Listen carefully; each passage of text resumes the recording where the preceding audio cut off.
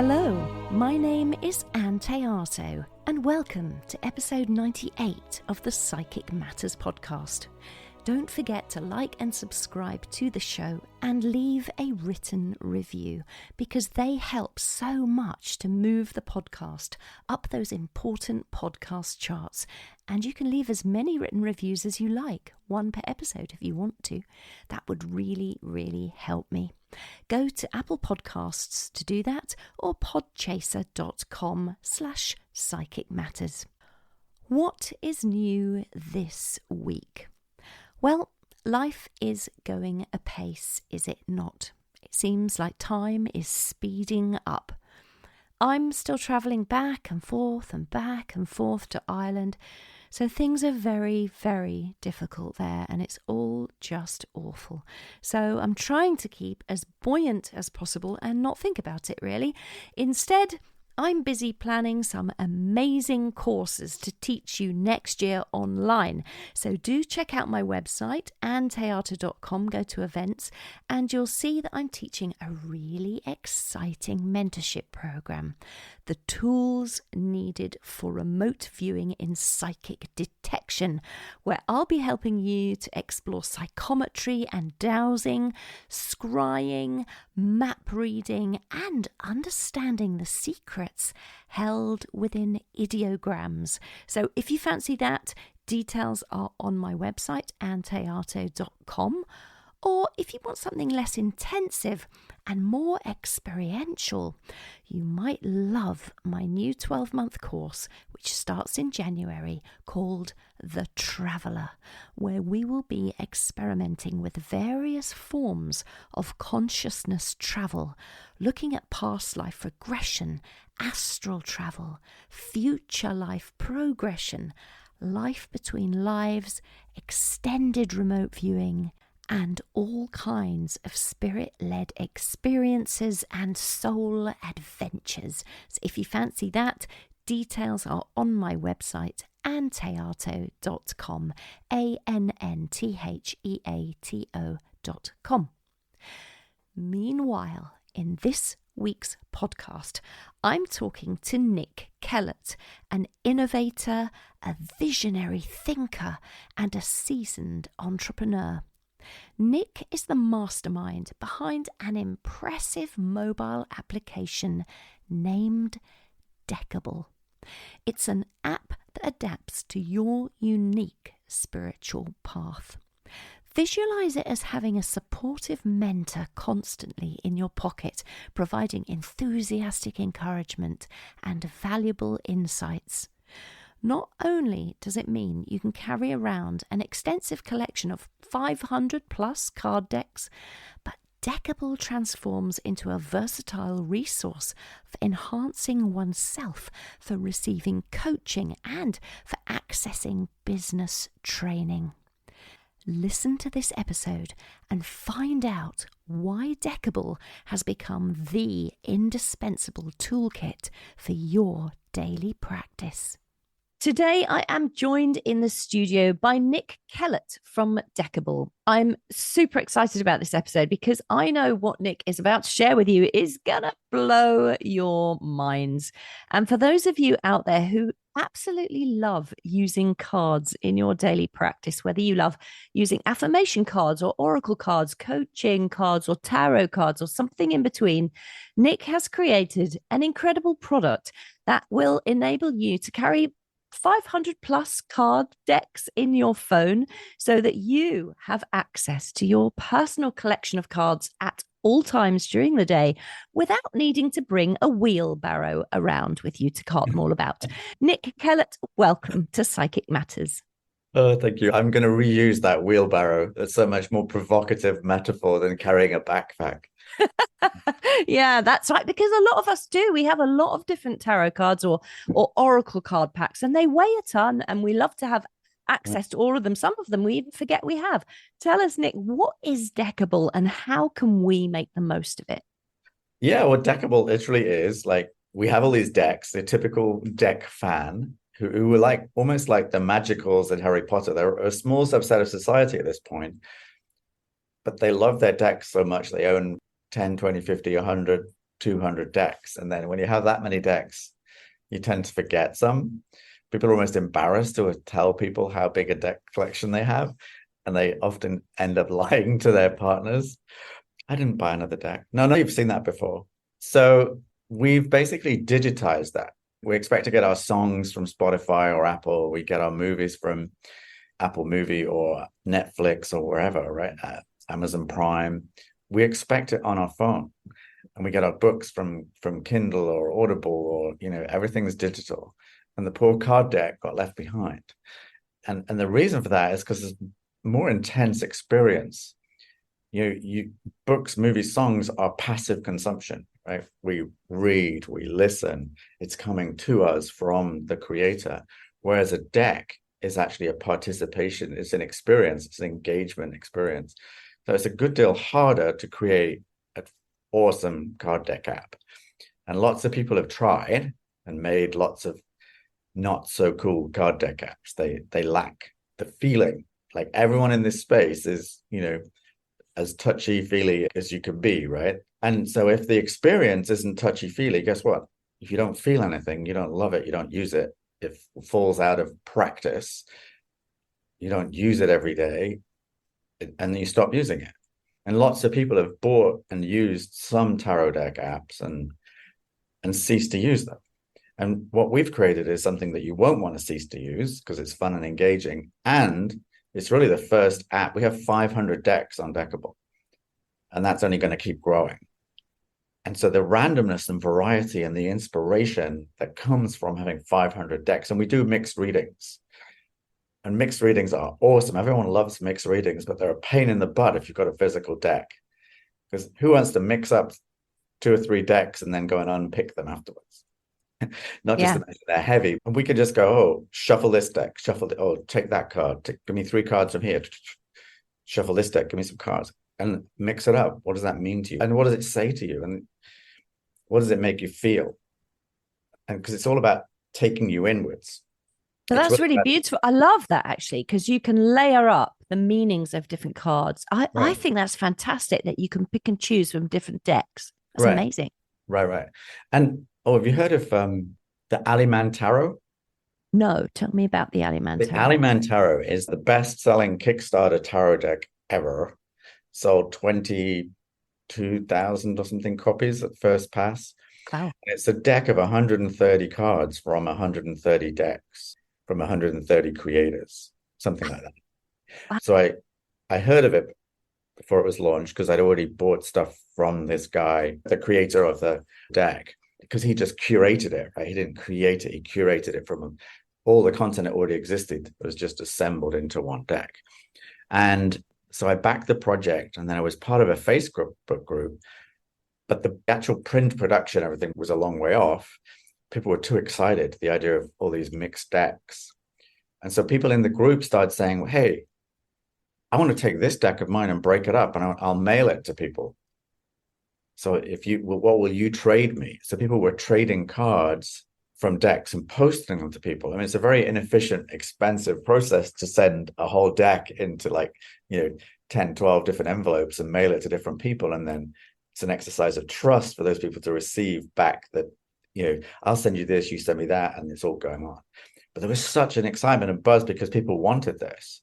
So everyone created, before they actually got the Aliman deck, they'd broken at least one of their decks, mailed it to other people, received cards back, and created their own mixed deck. And we were doing this exactly at the time we were creating Deckible, and we knew we'd already conceived we were going to do that as a feature set in Deckible. But this was just massive validation that this audience was super excited by it. And it made total sense to me. So that was a major source of inspirational validation of what we were doing. And it's hard to explain. Deckible is incredibly easy to explain, but really hard to explain in equal measure. And I'll tell you why. When it's because people have already touched an existing card deck app. So I tell you, it's an existing card deck app. That's like saying you've driven a car before. It's like the car I've driven before. I've got a Mini. Driving a Mini is not like driving a Ferrari, right? Yes. And I was just at this amazing experience last week in Poland, and I ran a little workshop there, and these are incredibly experiential performer type people. And a bunch of people came to the session and they walked away going, I had no idea. You told me this, but I did not imagine that. And when I showed people what it was, they were like, this is like, and I showed people a mixed deck reading. We did a card, like a card sort. So people chose their values from a deck. That was, and this one lady was like, she was choosing, it was just beautiful. And everyone was like, you can, wow. And because when you choose cards in Deckible, you can pinch and zoom them, make them bigger and smaller, right? And we would choose, this lady chose her values. And then I said, okay, now prioritize them. She said, how do you do that? I was like, well, you make this card bigger. So creativity is bigger than love, than is efficiency. And so she just like prioritized them based on how she felt. Well, when you're pinching and zooming, you are 100% in that moment. It's so, when we do yoga or when we do meditation, we always say when we do meditation, return to the breath. When you get distracted, return to the breath, right? We've all heard that. We've heard that 100,000 times, right? And when you're pinching and zooming cards, I don't have to tell you to return anywhere because you haven't gone anywhere. You are with the cards in the moment, and it's on your phone. And I smile because a lot of people say to me, "Oh yeah, it's great, but I really like the tactile feel and sensation of having a real deck." I'm like, "Oh yeah, sure, whatever. Let me show you the app." And then they see it and they play with it and realize it's actually more engaging and tactile. And hey, I own 150 plus decks of my own, so I love the tactile, and I leave them around. I leave my decks out. I love board games, and I play a lot of board games. And to me, board games and card decks are art. So I leave them around my place, and because it touches me, right? And I think everyone feels that, but to actually create a transformative experience for touchy-feely people, sensorial, energetic, energy-driven people is powerful. And I absolutely feel we've done that. I am not saying we are done. We are far, far, far from done. But right now, if I ever get despondent, if I'm having a bad day, things didn't happen, something got delayed, something got whatever it is, right?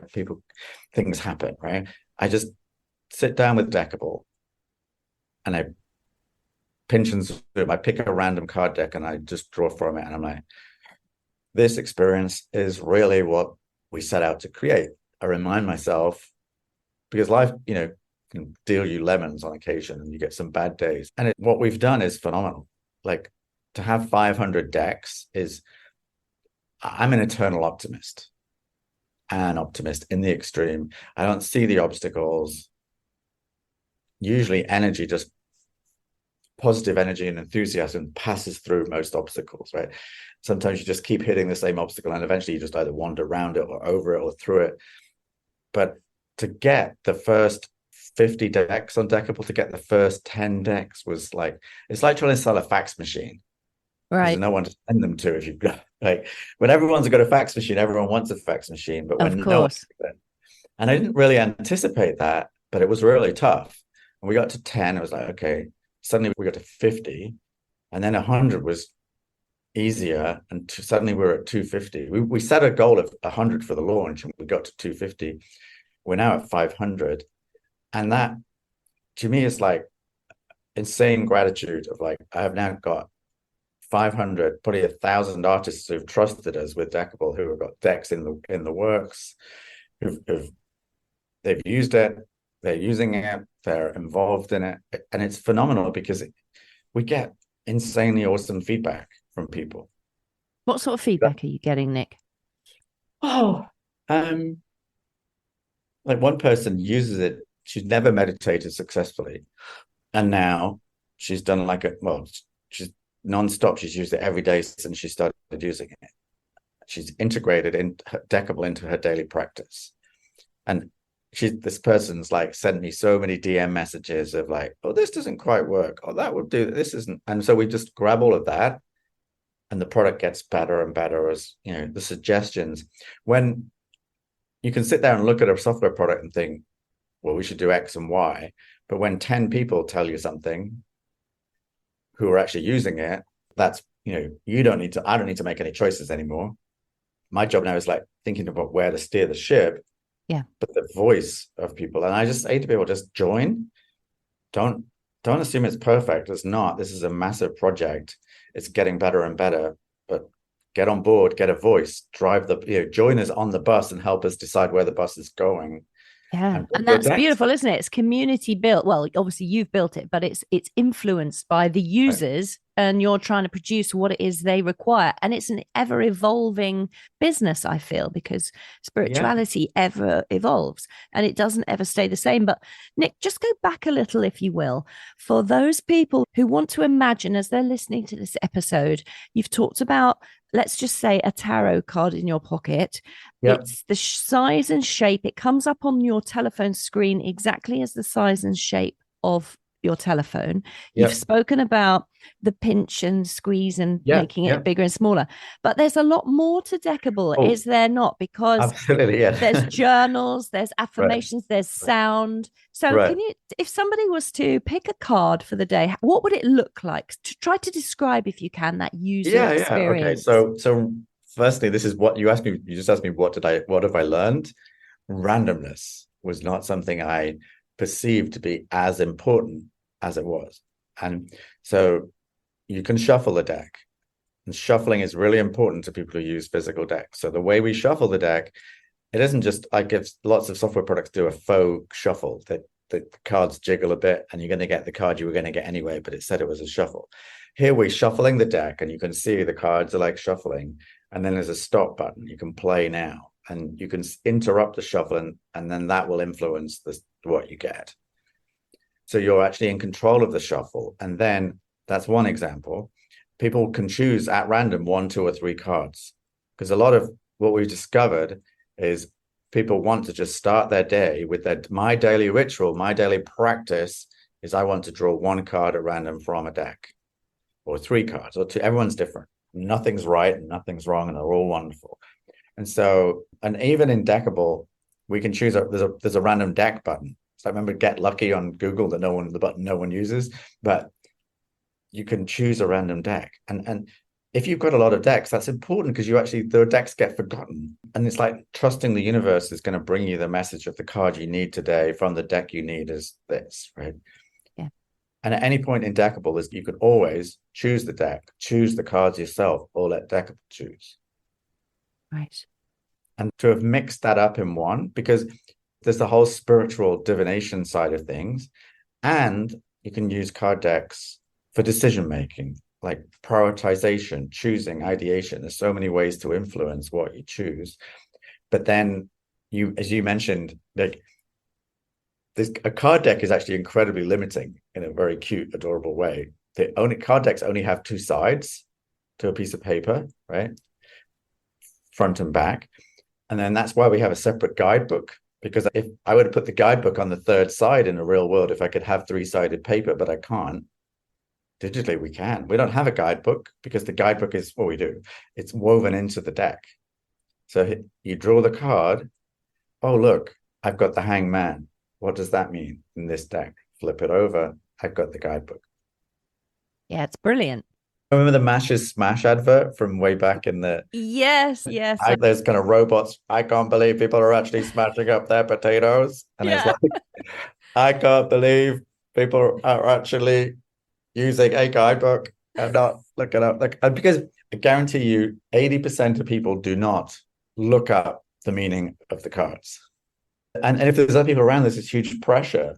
And if you draw 5 cards in a reading, you're going to look up 5 bits of the book. Yeah. You may when you first get the deck, but there's a point where you kind of zoom through that. That's and so right. now you don't have to worry. You just flip to it. And then the other thing is it's digital. It's a phone. It's a powerful device. So you could actually record an audio track or a video to go with each card. So you, the user, or No, you, well, you, not the... currently, but that's actually a really good question. I mean, why not?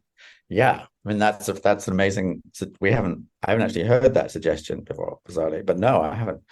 But for now, we've focused on the creator and saying the creator, like we have an amazing creator, Elena Brower, who is very well known globally as a yoga teacher, and she has this beautiful deck, it's called Daily Ceremony, and it's got I think 42 cards, and we moved it to Deckible, and the card had a really weird layout. So she redesigned it for Deckible to be a square card with one word on it.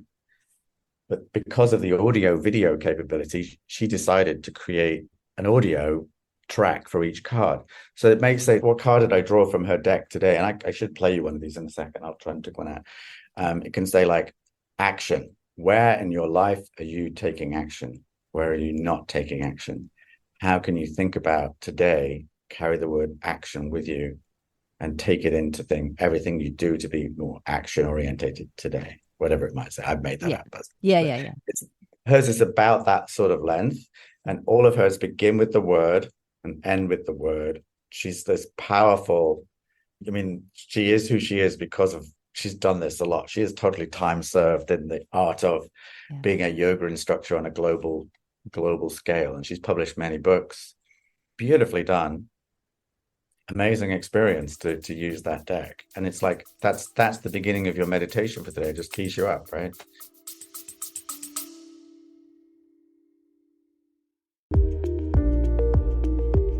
Eye-Opening Moments podcast are real-life stories of adversity, encounters, and perspectives.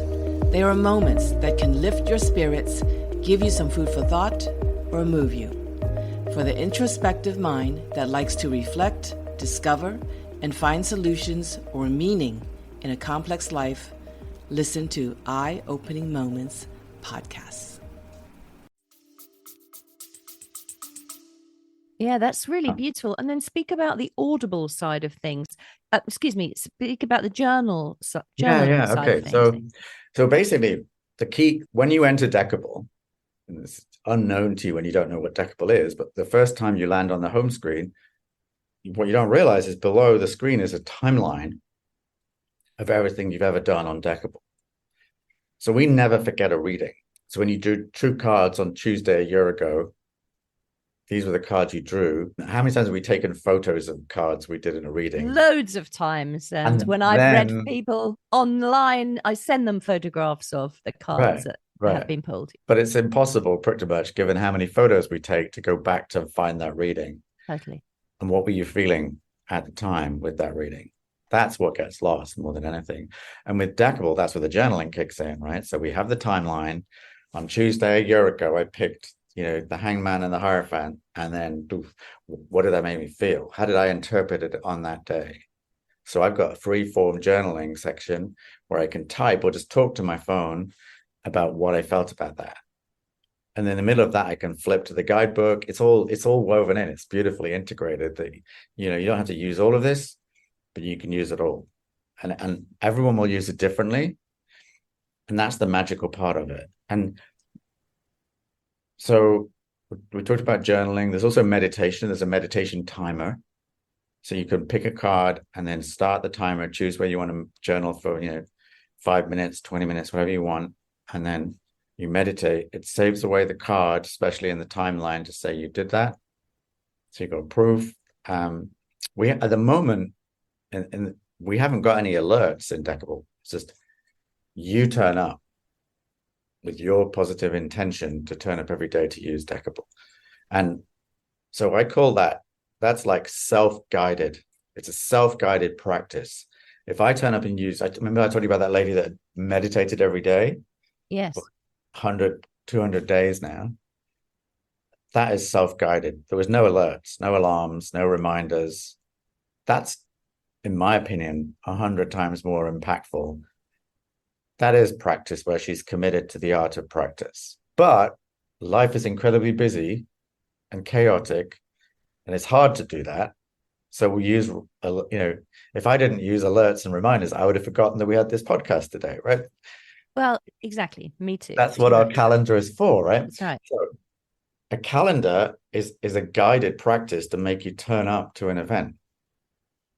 I could wander through life and try and remember all those things. That's unguided. I'm sure I'm going to miss some events, right? Yeah. And that's the idea with Deckible. Everything in Deckible can be done guided or unguided.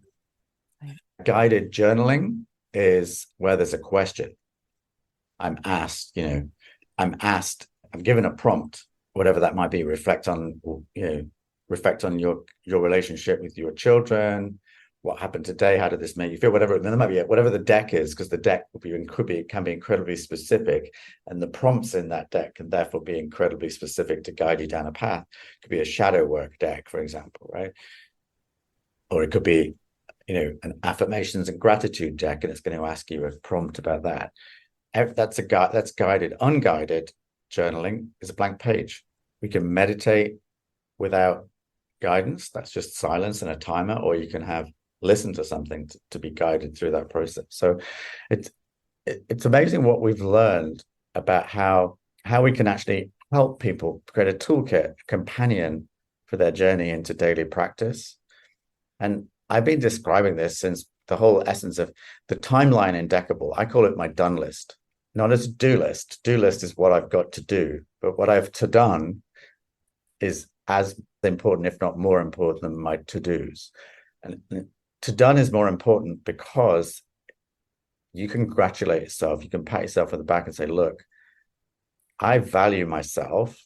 I value my self-care and mental well-being. I invest in me. Look, I've done this for the last 100 days. I'm having a really shitty day today. I'm going to need to draw a card. I didn't draw a card for the last 3 days. Is that failure? No, because look back. Look what I've done. Look at all the things that I've done. Oh, look, you're great. You can keep going. Yeah. And you pick it back up and keep moving with it. And that's what daily practice is all about. But, you can use the deck or the decks and the mix to do whatever you like, however you use cards right now. If you're, doing readings for people, you can do that digitally. And then you just send them the reading.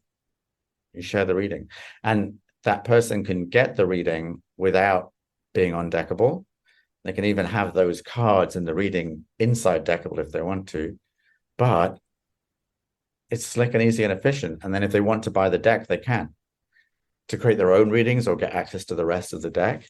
So it's very simple, beautiful process. And I look on Instagram and I've seen so many pictures of people's like light camera reflection off cards.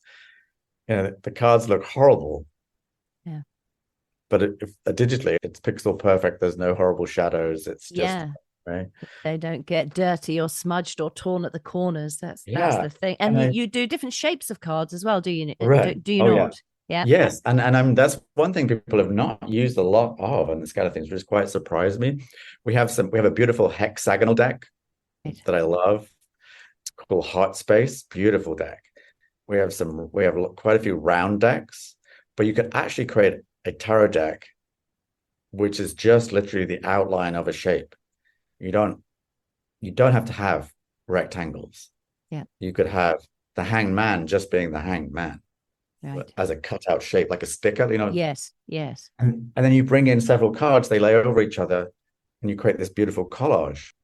Oh, now that's exciting, isn't it? Layered up imagery, and then you get your scene. What is this? I love that. That becomes a storytelling game. I mean, tarot started as a storytelling game, right? Yeah. I mean, that's the origin of it, right? Wouldn't that be good? You could pick a card. I'm going to create this. Pick a card for the background. Out of a selection of this many, pick a card for the foreground, pick a card for the weather, pick a card for this, and then when you've got your 7 cards interlocking and they all lay over one another, then you've got a unique and individual tarot card for which you would read. Yeah, I've just created that. Isn't that amazing? I have a deck. Oh my god, this is amazing! I got to tell you this story. It gives me goosebumps. I love when the universe does these things to you, right? So I was just at the Edinburgh Festival. Oh, I love the Edinburgh Festival. Oh, God. And so it was totally last minute because my daughter's going to doing her MA at Edinburgh University. And so I met up with them. That was the primary reason 2 of my daughters were there. So I went to meet them, but it happened to be the start of term, which happens to be when, the festival is on. And the only place I could book at that point that was sort of near my daughter's place and whatever was a student hall's residence. Right. They've totally it's expensive staying in there, and they monetized it. It's really smart, right? I had this room, and because I had a podcast, I had a Zoom call to do, so I kind of pulled the table away from the wall to get into a better daylight situation, and I had this clunk behind the desk was an emotion wheel, Was a what? Sorry, Nick. An emotion wheel. You know that? Have you seen that? Let me find it. What is an emotion wheel? Oh, Nick's gone off to hunt for it, everybody. He'll be back in a minute. oh yeah, here we go. Oh, okay, here we are. And so it's basically there's 7 types. This is a common product. If you Google emotion wheel, you'll find it. Okay. But this was handmade by somebody. We're looking, listeners, at a circle within a circle within a circle divided into sections like a cake. Yeah. Ever and ever tiny sections. And so there's 123 emotions listed here. Right. And so it was bigger than this, but I kind of reduced it because I stuffed it in my backpack. But it was like, and there was also a £5 note behind there. It was funny. Lovely.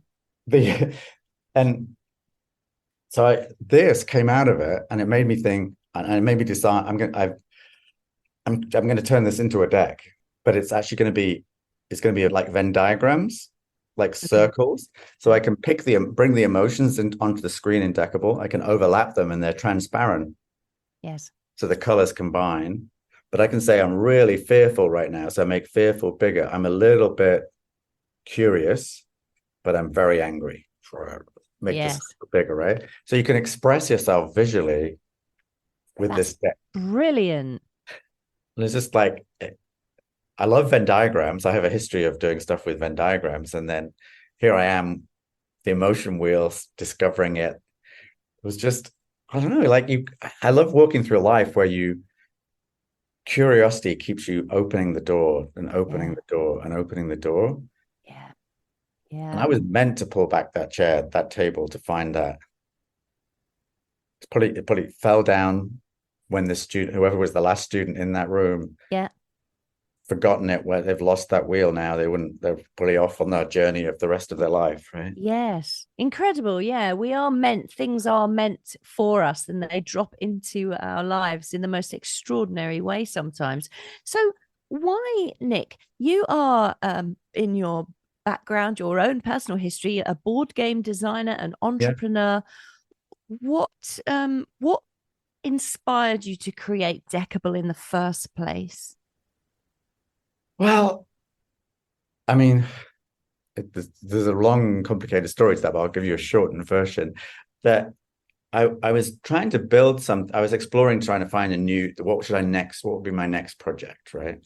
And I was working with a friend of mine who's a coach, and we were trying to create experiences. And it's funny that was exactly the word, having just been to the College of Extraordinary Experiences. Experience is this thread, right? And an experience for the phone. I didn't feel that people, like the online course platforms that exist, I don't think they're experiences, that they're a way of delivering information. They're like the old school model of teacher on stage talking down to the student. And your modern age student wants to participate and get engaged. Yes. They want an experience. So I was creating that, and it was all sorts of ideas were flowing through that. And it was around that point that I discovered just some of the types of card decks that exist. I didn't realize, like, I know a lot about card decks because I've been researching them for like 2.5, 3 years now.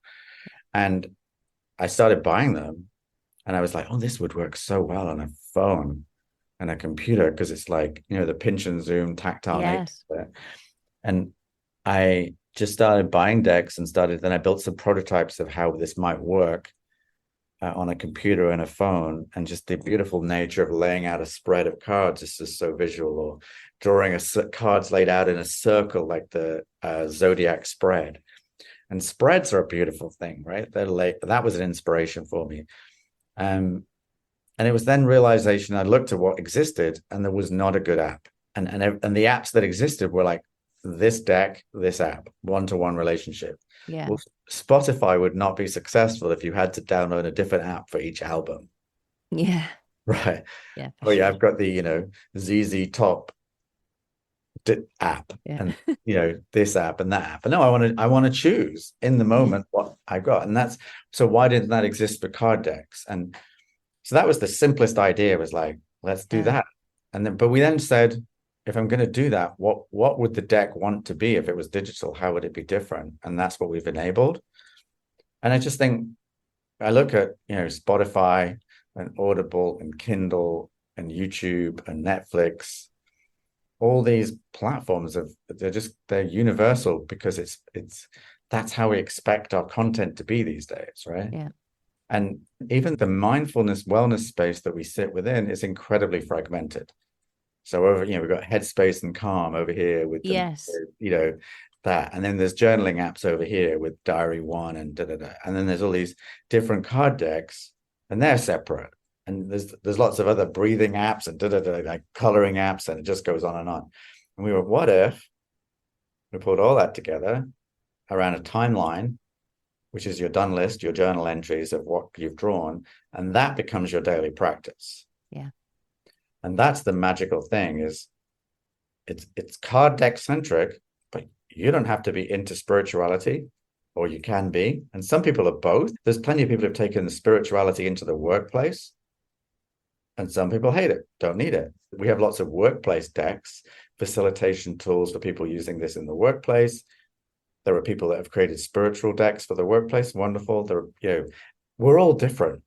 We live in a world of, I want to customize the shoes that I wear, the jeans that I buy, the t-shirts that I wear. Everything is like tweak, tweak, tweak. Yeah. And so that's what we've created, this ultimate customizable experience for the phone, for the tablet. We serve many people. We serve the creators, we serve people who just want to use card decks themselves, and we serve facilitators who are organizing, or card deck readers, mediums that are using the platform. We're holding space for these people to do what they want to do. Bring your decks, but what do you do? What's your practice? We don't know the answer to all of that. And we're trying not to. Like, you tell us, and we'll listen to people and go, oh my God, we should add this, right? Because that makes sense, because look how people are using it. Yeah. Like I said, it's all going to evolve, isn't it? And I love all the different genres that you have here. Yeah. I'm just looking at your website as we are talking, and you've got, as you've just said, business strategy cards, celebration cards, brainstorming and ideation cards, as well as your tarot and your meditation and your spirituality, all of those different things. So it's very, very varied. I mean, I've deliberately gone and sought out, that, because otherwise, if people see one thing, we get pigeonholed, and people describe, oh, Deckible's just tarot decks. Not that just tarot decks is it's a big thing, but it's the magic for me is the variety. Why does that matter to human beings? We all get incredibly bored very, very, very quickly, right? I mean, look what it takes to make an amazing movie, to capture our attention, to make us sit in a spot for 2 hours. Many millions of dollars are spent. So here we're creating some, and habits are hard work. It takes 21 days. Research shows 21, 60 days. It doesn't matter. It takes a chunk of time and dedication to turn up to create a healthy habit. And so turning up and creating that, and then the risk of getting bored. I know people use a journaling app for a while, and then they get bored. So they move on to the next one. And they throw away all their work, because their work is lost in that app and it's gone. And they pick up the next app. Oh, this is great. I love this app. This is wonderful. And they use it for 2 months, and then it's like, oh, I'm bored. And they move on. Right. And what we're trying to say is, we are saying it, but we're just going to get better and better at saying it, is you don't need to leave. If you get bored, insert new deck into practice. Practice becomes vibrant and new and fresh again. Excitement, energy. You carry on. Your practice is alive. You haven't lost your history. You just choose a new deck. And it's like, that's this. I own 700 plus books on Audible. Like, wow, dude, that's a lot. And I love it. I love they're all on my phone. There they are, right? Yeah. It's like, when the iPod was launched, do you remember what the tagline was? Remember the old iPod? Don't remember the timeline. The tagline was. Oh, the tagline. Excuse me. It was originally 1,000 songs in your pocket. That's right. It was. Right? And then it became 10,000 songs in your pocket. Didn't really matter, because quite honestly, you couldn't. If you think of 1,000 songs, that's probably over 100 albums, right? Yeah. And whether at the time we were cassettes or CDs, we probably weren't many cassette players by that point, but we were CDs, albums, because some people were still in that space. You couldn't visualize. There's something magical in that metaphor, that statement, because you couldn't visualize what 100 decks would be. How would that fit in my pocket? That's magical, right? And we've created that with Deckible, 100 decks in your pocket. It's magical. You don't have to have 100 decks. Just one is fine. But you can begin on this journey and collect the decks that speak to you. And, we live in life where we're on a constant learning path. There's always something new to learn, and there's something new to unlearn, to leave space for what's coming. Yeah. And I think we've moved more to a just-in-time learning model. We learn the thing we need just before we need it, because otherwise, well, what we learn would be out of date, be contextually irrelevant to our new existence. Yeah. And that's what decks can do. You can literally turn anything into a course or a book. A book can be turned into a deck. Not necessarily novels, but any self-help, personal growth, reflection, business book has some concepts in it that can be turned into a deck. And I don't know about you, but I have said this, it's embarrassing to admit, but I've said this many times. Oh my God, this book is going to change my life. Yes. Right? Yeah. We've all said that. I mean, hands up, everyone who's said that, right? Yeah, we have. And then what did we do about it? We went on to read the next book, and we forgot about the book that was going to change our life. Yeah, it's true. Right? So true. And so the thing you need to do to allow that book to change your life is integration. In order to transform so that your life now has that integrated, you need to weave that knowledge into habits, into daily practice. So you turn up every day to relearn and reaffirm what was in there that got you so excited to say, this is going to, and the books that's going to change my life will be different than the one that's going to change yours. And in 10 years' time, what will change my life will be different than what changes mine now, right? So I'm constantly evolving.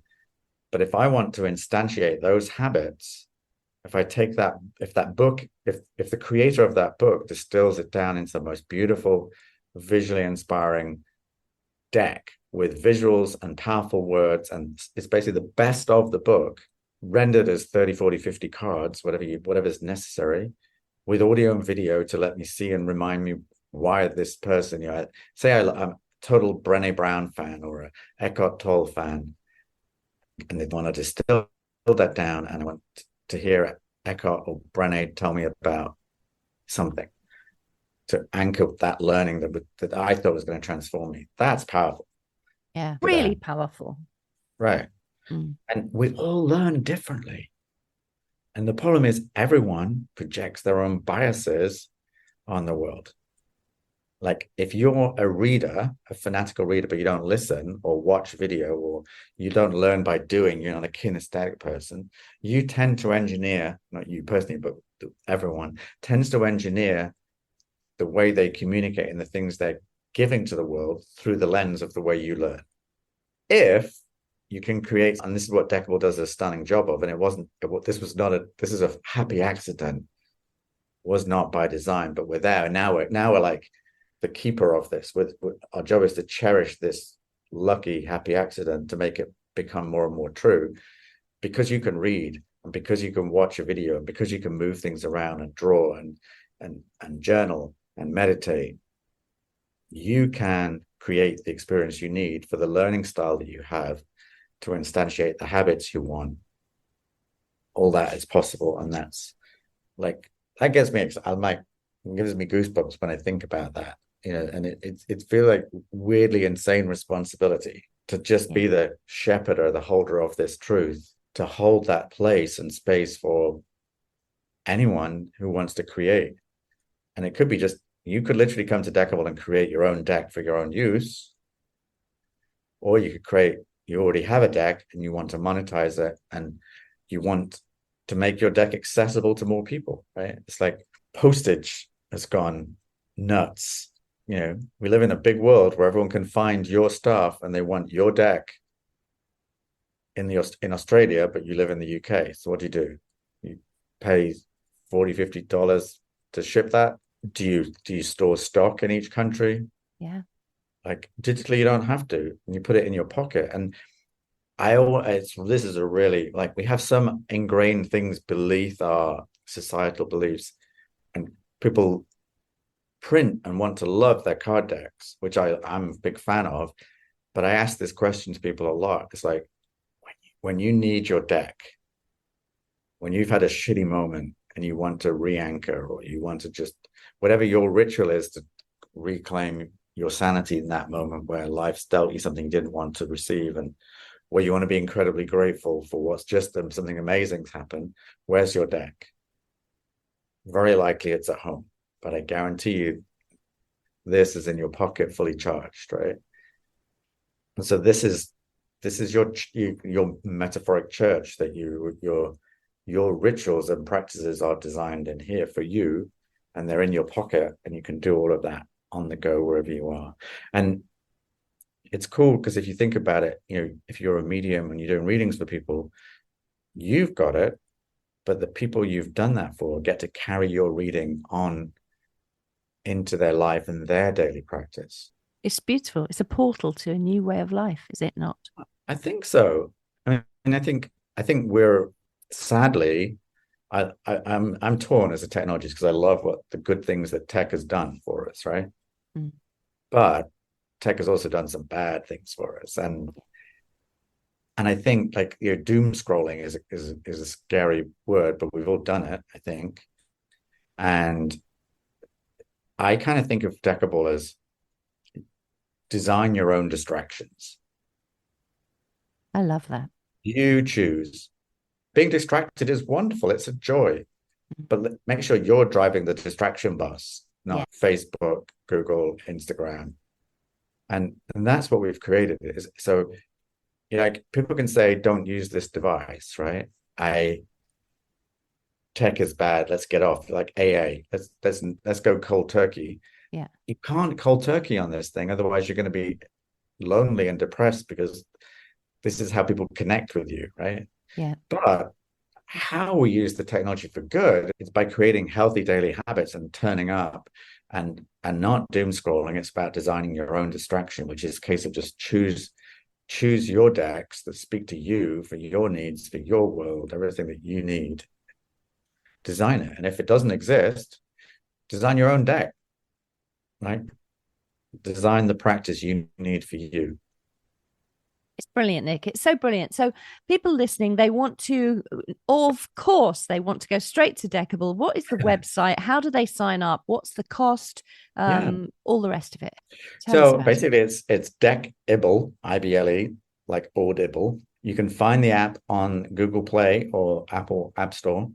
You can actually sign up in the app if you want. And so you basically need a password and an email address to sign up. And once you've signed up, then we give you a couple of decks for free, just as you can see what the experience is. And then you buy the decks you're interested in.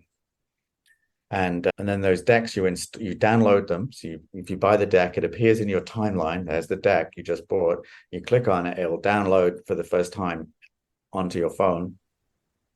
And then from there on, you can be in a plane, in a train, in a cave, in an airplane. You don't need Wi-Fi. You can use your deck, without Wi-Fi, journal, do drawings. And when you actually then get back to society and have Wi-Fi, it's all there, right? And so, and then Deckible works on your phone and your tablet. So it works on an iPad, or it works on an Android tablet. And it's beautiful to have that space, but it also works on this. Like, you can't, there's an expression people use in tech called design for mobile first. What that means is you design for this device, because then when you move from this device to this device, it's really easy to grow. You're holding up an iPad there, just for people listening. If you have an iPad, you cannot squeeze an iPad into an iPhone. You lose something. Go the other way. And so we basically designed something for a mobile experience. So anything and everything that I say you can do on Deckible, you can do it from your iPhone, in your pocket. I love using it on a tablet. I do both, right? And in time, we're going to have a desktop version as well. That's all part of our roadmap. And there's so many exciting things coming, and so many things are possible. And it's just, I don't know, it's wonderful. I get to have crazy cool conversations with people every day about their deck project that's already created or that's imagined, right? I used to have this expression that people said that everyone has a book in them. Everyone has a book inside them, whether it comes out or not is optional, right? When I published my board game, I then discovered everyone has a game in them too, right? Wow. So do you have a book in you, have a game in you? And now, because of Deckible, I'm discovering everyone's got a deck in them too. It's a form of creative expression. Yes. It's so empowering. Like creative expression is so good for the soul. I have to create every day. If I don't create something, and by creation, I could just mean taking a beautiful photo. Yeah. A photo where I took 5 minutes to like find the angle, the thing I wanted, and take that photo. That qualifies as creation for me. It could be creating a deck. It could be making a video, writing a blog post. If I don't create, I die inside. I need to do that. I need to fuel my existence through that every day. And we're all different. We all have things we need to do every day to keep happy. Like it could just be calling friends. It could be going for a walk. It could be making tea. It could be all are valid. And holding space for that is, I think, a beautiful thing. Nick, it's been brilliant talking to you. I love your sense of curiosity. I love your sense of creativity and the fact that you've created this for everybody to enjoy and it continues to create itself and you're obviously steering the ship so beautifully. Thank you for doing it for everybody. It's been great having you here. I'm sure everyone listening has just really been blown away like I am, even just hearing you talk. And I know about Deckible and I'm lucky enough to have a set of cards on Deckible. I've got my focus cards on Deckible and it's brilliant. So it's just lovely to be able to give this access to everybody who listens to Psychic Matters because I just know they're going to love it. So thank you very much, Nick Kellet. Yeah, thank you. Well, I hope you enjoyed that episode and that you will go to deckible.com and check it out too. You can also contact Nick on Instagram at deckible.cards, TikTok at Deckible, Facebook at deckible.com, and you can find Nick Kellet on LinkedIn. And do let us both know what you thought of this episode. I always love to hear from listeners, and you can email me directly if you like to, ann@annteato.com. That will come straight to me.